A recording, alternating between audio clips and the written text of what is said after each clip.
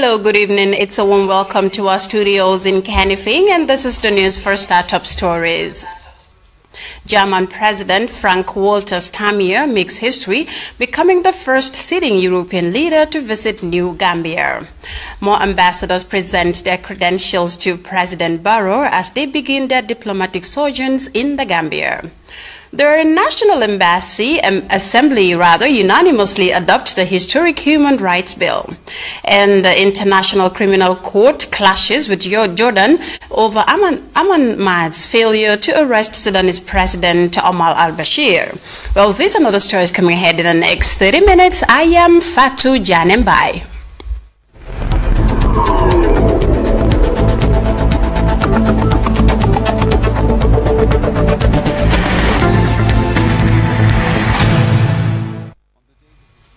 Well, thank you for joining us. The President of the Federal Republic of Germany, Frank-Walter Steinmeier, on Wednesday evening arrived in the Gambia for a two-day walking visit as the special guest of President Adama Barrow. His Excellency was received at the foot of the aircraft by President Barrow, cabinet ministers and senior government officials. Frank-Walter Steinmeier is the first European head of state to visit the Gambia. Sene Marina was at the airport and he now reports.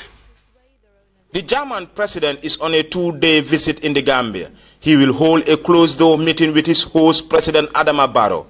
Mr. Steinmeier is the highest-ranking European leader and president to ever visit the Gambia, which has started a renewed diplomatic quest, opening its doors to the international community.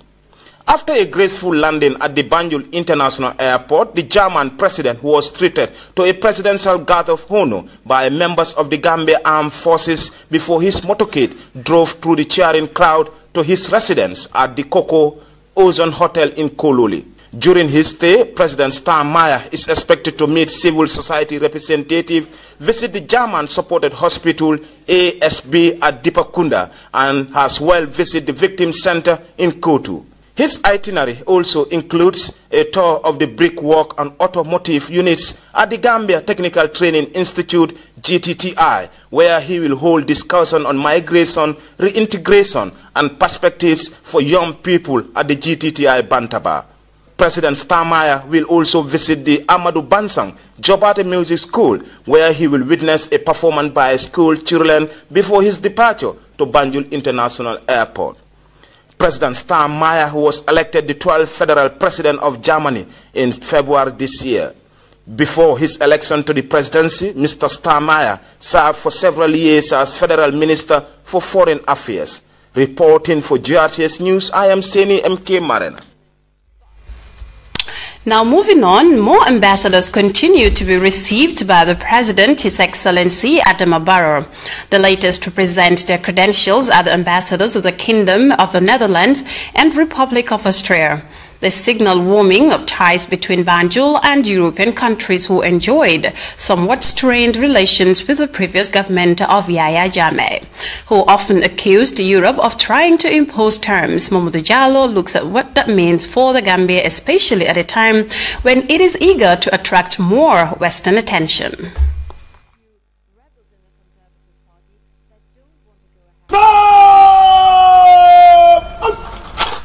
The ambassador of the Kingdom of the Netherlands, His Excellency Theo Peter, was received by an honored guard at the State House in a symbolic ceremony reserved for foreign diplomats.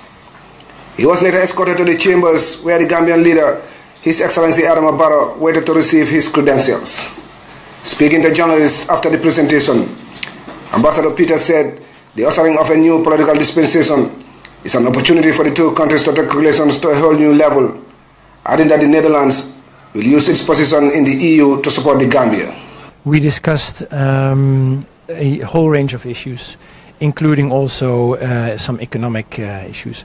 We realize very well that the expectations in the Gambia are very high, that the means to realize all the ambitions are very limited, but we from our side, we will see what we can do to support the new Gambia in realizing that. First of all, this year, of course, through the European Union, we've been able to speed up the support for the ambitions of the government to stimulate the economy. But we will also, from the Netherlands, we will see what we can do.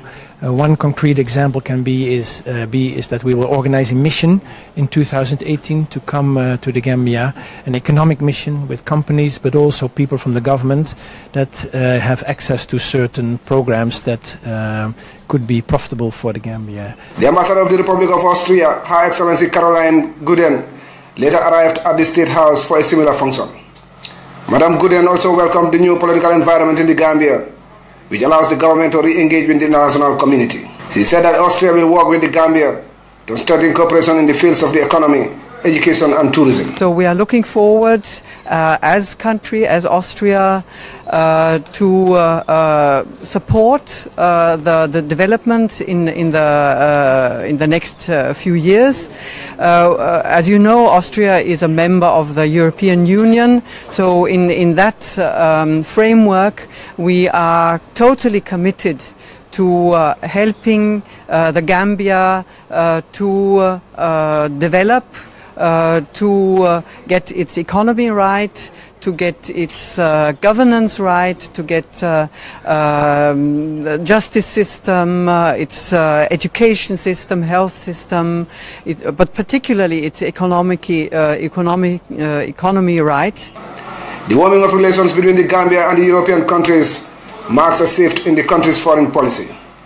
The Barrow administration has made restoration of bilateral and multilateral ties with other countries, particularly the EU, which is the Gambia's main donor, a top priority, as he works to rebuild the economy, provide employment and strengthen democracy. Momodu Jallo, GRTS News.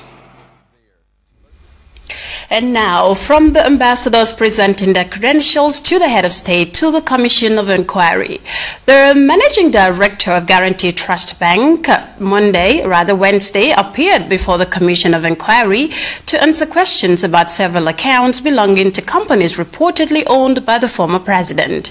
GRTS's Esa Sow was listening to proceedings and he now reports. The managing director of Guarantee Trust Gambia Limited, Bolaji Ayodele, has made yet another appearance before the Commission. His latest appearance before the Commission of Inquiry, mandated to dig into the financial and economic activities of the former president and some of his close associates, is in connection to several accounts belonging to companies reportedly owned and operated by the former president and some of his top aides. MD Bolaji also responded to questions about the PEJEP and Jame Foundation for Peace accounts before providing insightful details and transactions made on the APRC accounts. The top banking official explained that PEJEP had bought $1 and $1 account at Guarantee Trust Bank. Funding for these accounts were mainly done through donations from companies and government institutions. The last date of transaction was 12 September 2017 with an inflow from Treasury main account. An inflow from? Treasury main account from the Central Bank. Treasury? Yes, please. So in 2017? Yes, please. Isn't this account frozen? It is, but we're still receiving inflows from the Central Bank, and we're advised by Augustus Prom that we should allow the funds to go into the account. The PEJEP accounts has a balance of little over $797,000 with the latest transaction done in September 2017, despite an earlier order to freeze these accounts. Apart from these sums into the account, how is the account funded? Is there any other source of funding apart from this monthly amount? Yes. Initially when the account started, the funding was done from the dollar account. There were payments that came in from the Taiwanese embassy. So those were what was funding the account, the dollar account, and it was converted to dollar set. The PEJEP dollar accounts, according to MD Bolaji, was mainly used to feed the Dalasi account. On the APRC accounts, the GTB top official told the Commission that 3 separate accounts were opened in the name of the party. These include 2 fundraising committee accounts and the APRC youth accounts. Funding for these accounts were also mainly from government institutions. It was also donations from various people, various entities. Any inflows from government? No inflows, but you had some government agencies that paid some. Sorry? Some government agencies, like I can see GRA here, so that paid in money into the account. Central government or no, central bank? There was no central, no, there was not. And no institution? No. The institution, like I mentioned, there were government institutions, NAWEC, GPA, GAIPA, PURA. Fundraising? Yes. Looks like donations, exactly. through fundraising. Yeah. Top military officials under the former president were made signatories to some of the corporate accounts despite having no ties linking them to such corporations. These commission officials noted was totally unacceptable. Issa Sow, GRTS News. And now, from the Commission to the lawmakers, deputies have unanimously adopted the historic Human Rights Bill. The bill intends to safeguard the fundamental human rights of the citizens by pursuing human rights violations against them by any persons or institutions. However, the bill states clearly that the Commission has no jurisdiction over cases that happened before the coming into force of the bill, except those that are ongoing. Deputies are currently debating the Truth and Reconciliation Commission bill, which was also tabled before deputies by the Attorney General and Minister of Justice. The International Monetary Fund Mission Chief to the Gambia, Oke Jacobi, has given a favorable outlook of the Gambian economy, saying the economy has started to recover following the sharp growth slowdown in 2016, which stemmed from various factors. Asini Marina picks up the rest of that story. The IMF Mission Chief to the Gambia, Mr. Orich Jacobi, who led a team of IMF officials to conduct Article 4 consultation, discussions and review performance under the Staff Monitoring Program approved in June 2017, has told journalists at a news conference in Banjul that the economic growth in 2017 is projected at 3%, with a strong rebound in tourism and trade, and a renewed foreign direct investment in energy, tourism, agriculture and transportation. Inflation has also started to decline from 8.8 earlier in the year to 7.4, I believe, in October, and is expected to continue declining with much improved fiscal discipline and external financial support. The dollar has remained stable since April, and international reserves have recovered strongly from the somewhat scarily low levels early this year to a rather comfortable position that we have now. The IMF Mission Chief, however, said inflation has reversed its rising trend, reflecting the stabilization of the dollar and a gradual decrease in food prices. So we expect growth this year at around 3% and eventually to about 5% by 2020. Assuming, of course, continued good policy implementation, a significant expansion in electricity supply, and then I think in line also with the National Development Plan, expansion of irrigation and commercial farming, investment in tourism and trade sectors, and continued infrastructure investment. The mission head declared the Gambia's heightened debt, stuck at 120% of the GDP that the new government inherited. According to the IMF boss, this poses a serious challenge which demand efforts to maintain debt sustainability. That tax will require reframing from large-scale investment projects involving contingent liabilities before additional fiscal and borrowing space has been achieved beside the leverage of private capital. Reacting to IMF mission report on the Gambia, Finance Minister Amadou Sane said the heightened debt stock is a great concern to the new administration of President Barrow. We are working together in trying to manage this debt situation, only that it will have to slow down some of the investments that we anticipated.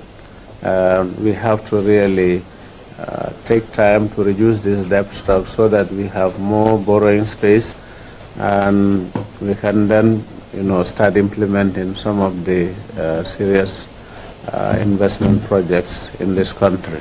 The mission also advised the Central Bank of the Gambia to continue its maintenance of a flexible exchange rate regime and further rebuild reserves to offset external vulnerability and the high debt accumulation.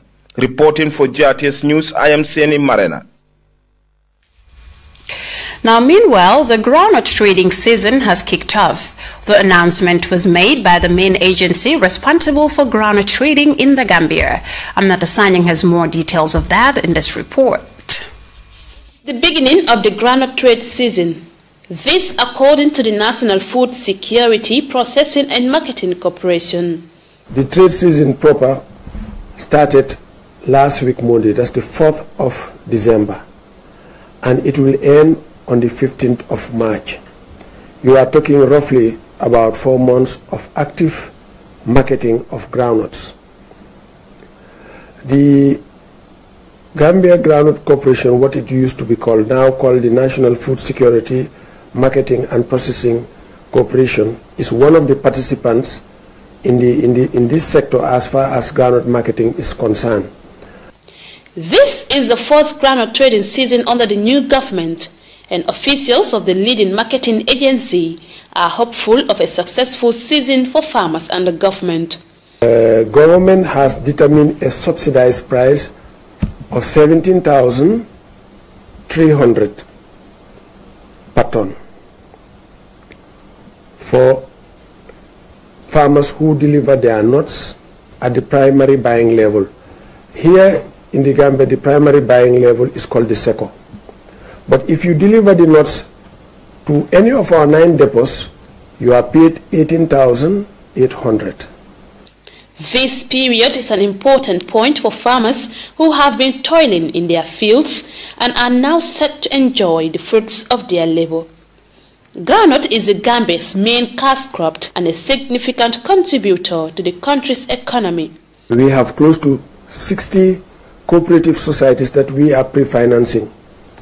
They are our partners, they don't work under us, but because they are financially weak, we give them money to buy nuts from their members and then sell them to us, and we pay them a commission.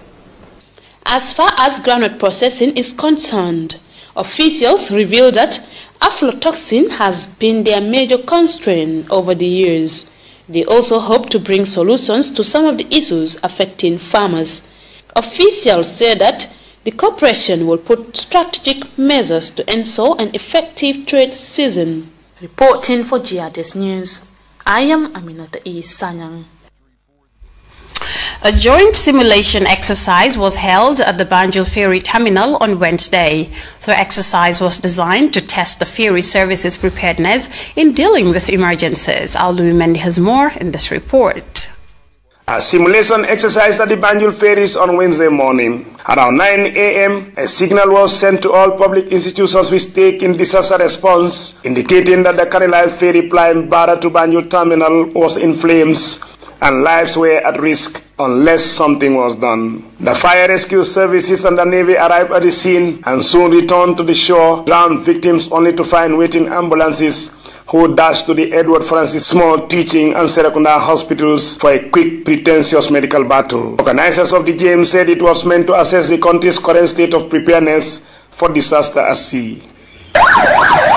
This is the second time a simulation exercise was organized to test public institutions' preparedness for disaster at sea. The National Disaster Management Agency said the ultimate goal is to test public institutions' capacity both in resources and personnel in dealing with the challenge. Observations at the end of the exercise were that the ferries, the Navy, the Red Cross, the Fire and Rescue Services, the Health Ministry and all others with stake in disaster did fairly well in the simulation exercise by acting swiftly and professionally as they are expected to do in real time, but a lot more needs to be done as these institutions continue to face challenges both in personnel and resources. When it comes to the human resources at the receiving end, which are the hospitals, both AFSTH and the Serakunda General Hospital, the capacity of the human resource is very, very limited, is very, very thin on the ground, definitely.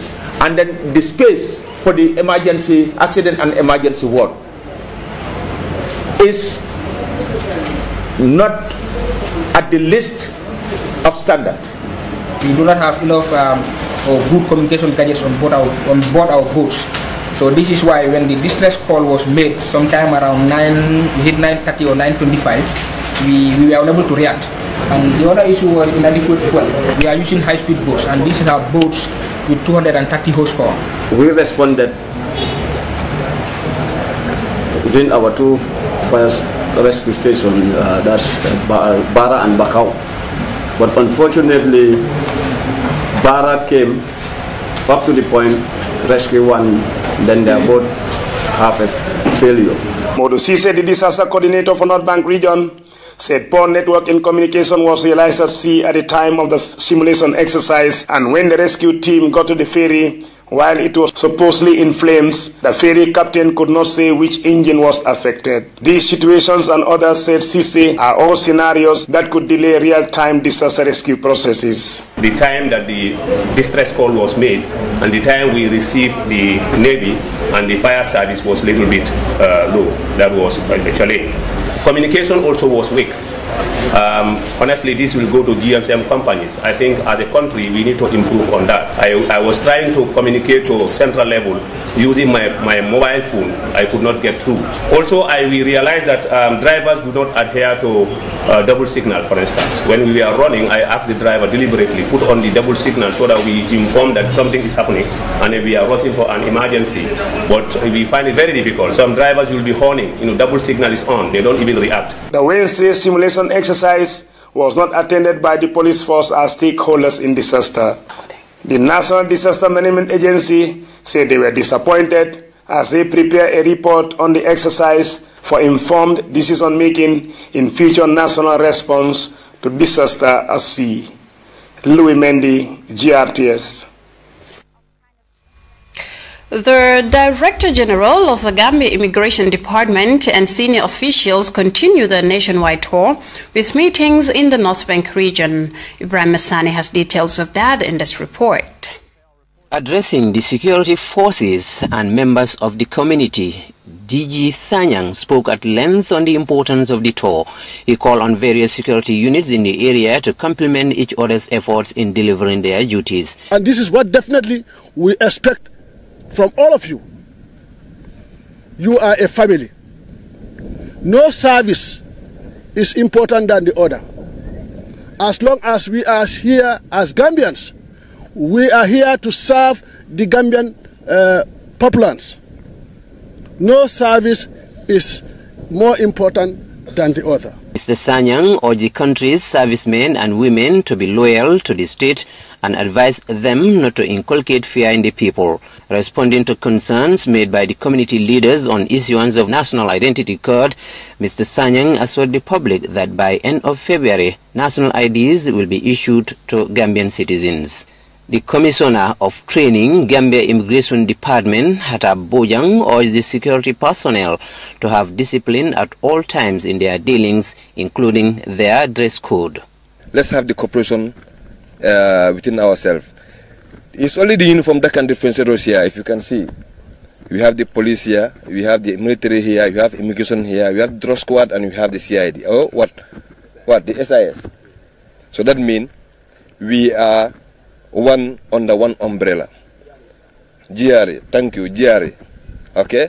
The only thing that I want to elaborate here, maybe is what discipline. Discipline.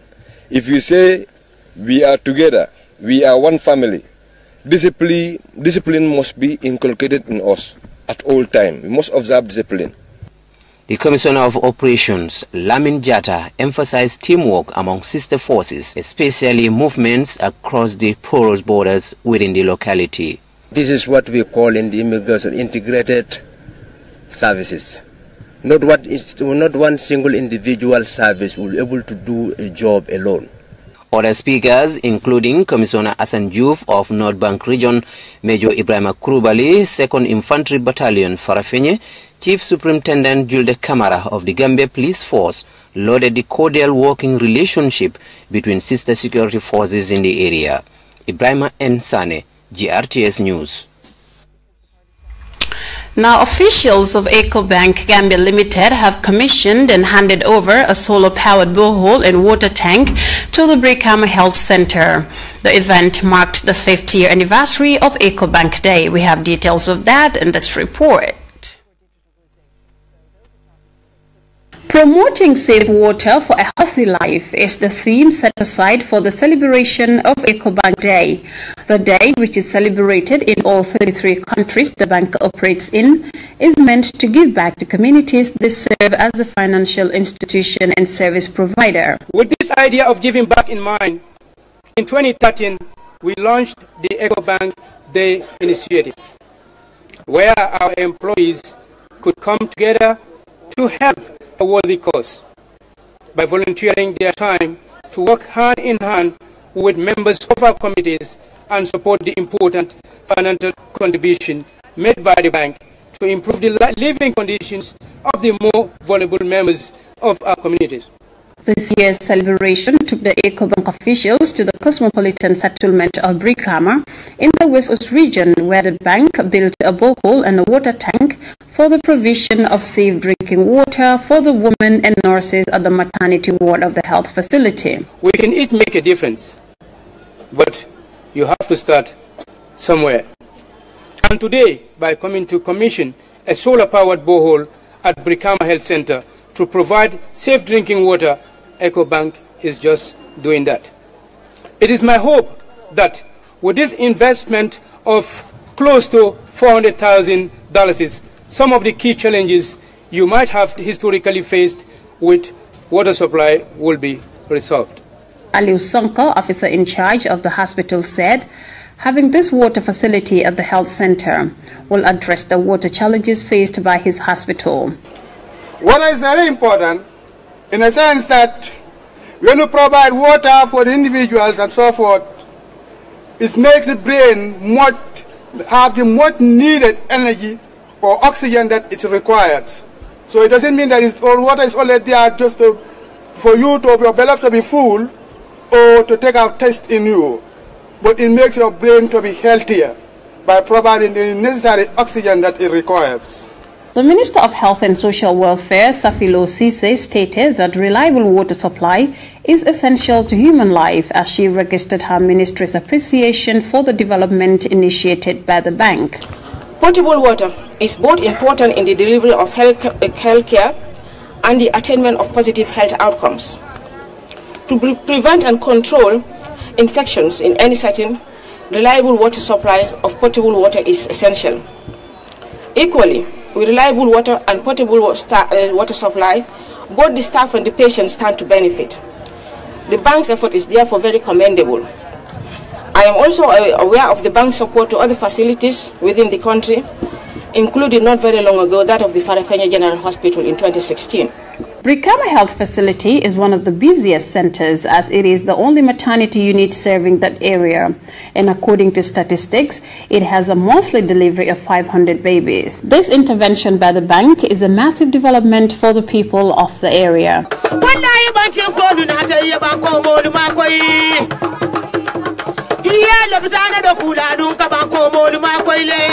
Reporting for GRTS News, I am Fatu Janembai. Now that report takes us to our first break, but when we return, we'll take a look at sports, then go away.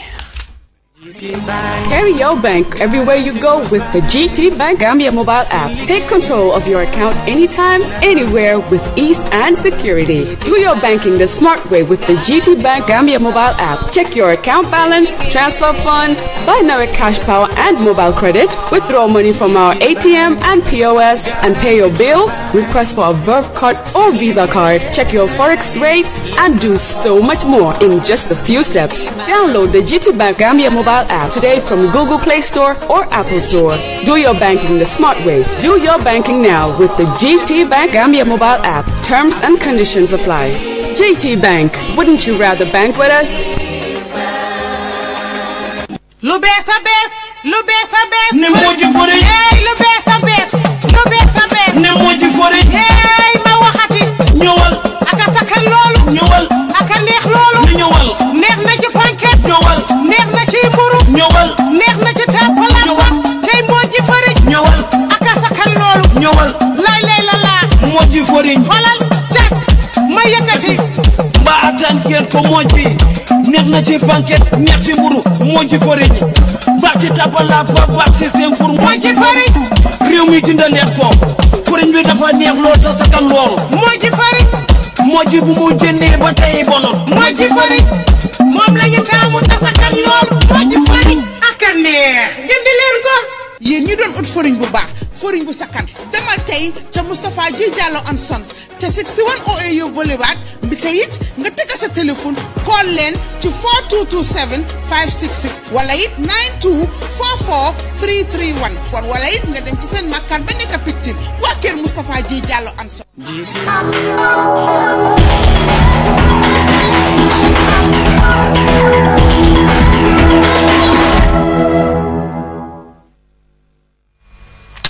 Welcome back. And in sports, Child Fund the Gambia and its local partners recently presented a check for $200,000 to organizers of this year's National Youth Conference and Festival ahead of the convergence in Basse.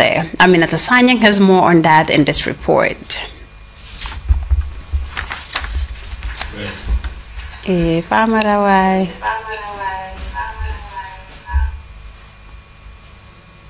Receive a check of $200,000 from the NGO, whose acting country director, Famra Dabo, said his organization is committed to promoting youth development in the Gambia. Child Fund is committed to youth development in this country.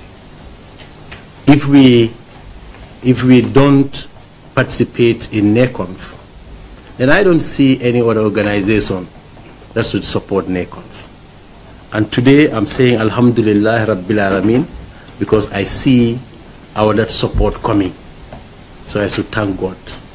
NACOF organizers are mobilizing funds and support ahead of the biggest youth conference, all set to engage the Upper River region of the Gambia, which will host the event this year. The core of any meaningful national progress is the participation of youth, according to Sama Cairo Federation manager Idrissa Cham. We are also very much always happy to be partnership with Department of Youth and Sports and also West Coast, because for our lifetime so far we have been operating in West Coast, and all we need and all we do is in West Coast, and is for deprived, excluded and vulnerable children and youths.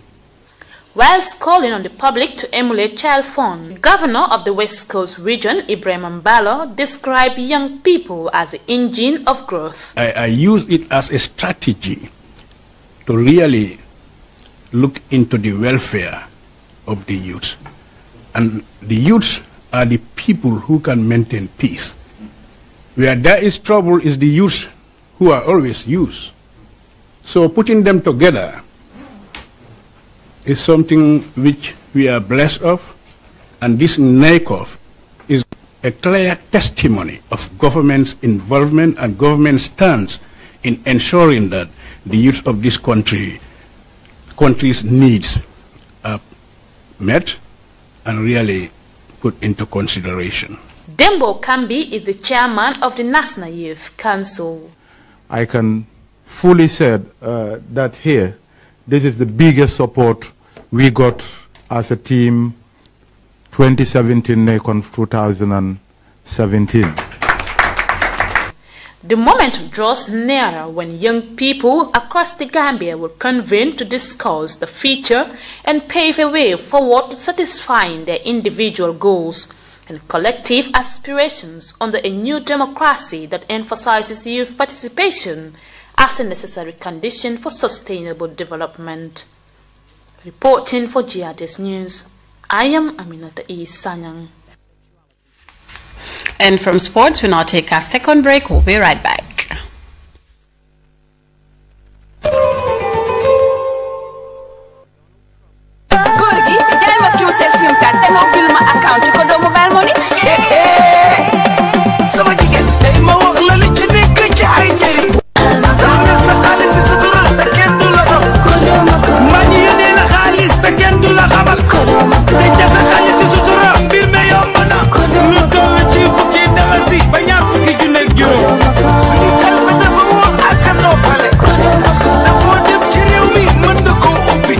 Man nga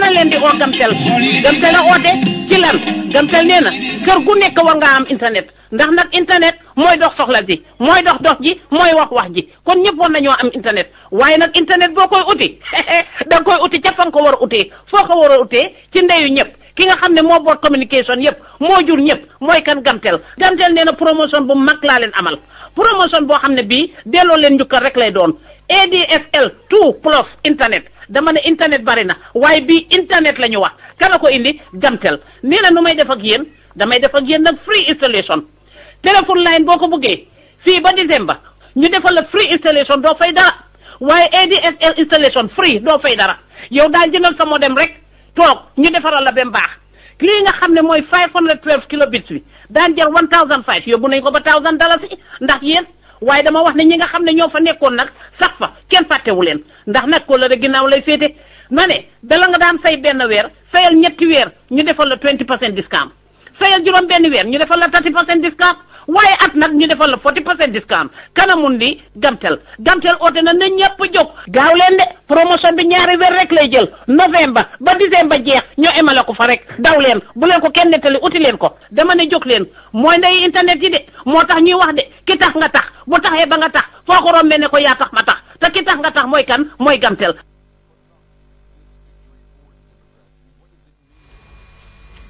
Welcome back, and even now to the international scene. Jordan is one of the signatories to the Rome Statute, and yet it fails to arrest Sudanese President Omar al-Bashir when he visited Amman in March. The ICC says it will now refer Jordan to the UN Security Council. But Sudan has protested against the move, as Leslie Murunga reports. Sudanese President Omar al-Bashir attended the Arab League summit in Jordan in March. Despite an ICC warrant, the country failed to take action against him. However, Sudan maintains the arrest warrant is unjust and illegal. This is a very traditional behavior of the ICC. It usually asks several countries through which the president passed through or visit to arrest him and hand him over to the ICC, the International Criminal Court. But I think that is unfair, unjust and illegal. The Sudanese government has refused to recognize the ICC and claims the institution is biased against African leaders. They raise this issue, it depends on the circumstances, the conditions, the political environment, where they think there is positive programs in Sudan. Whenever the president have a very active trips and activities with different countries, they usually raise this issue. President al-Bashir has repeatedly denied the charges of war crimes and accused the ICC of double standards. Leslie Murungu, CGTN. And from the international scene, a quick recap of our headline-making stories. German President Frank-Walter Steinmeier makes history, becoming the first sitting European leader to visit New Gambia. More ambassadors present their credentials to President Barrow as they begin their diplomatic sojourns in the Gambia. The National Assembly unanimously adopts the historic Human Rights Bill, and the International Criminal Court clashes with Jordan over a man's failure to arrest Sudanese President Omar al-Bashir. Well, that was all in this edition of the News at 8. Thanks for the pleasure of your company, and I'll see you again at 10 o'clock for another news bulletin. Until then, I am your presenter, Fatou Janimbai, and thank you for joining us.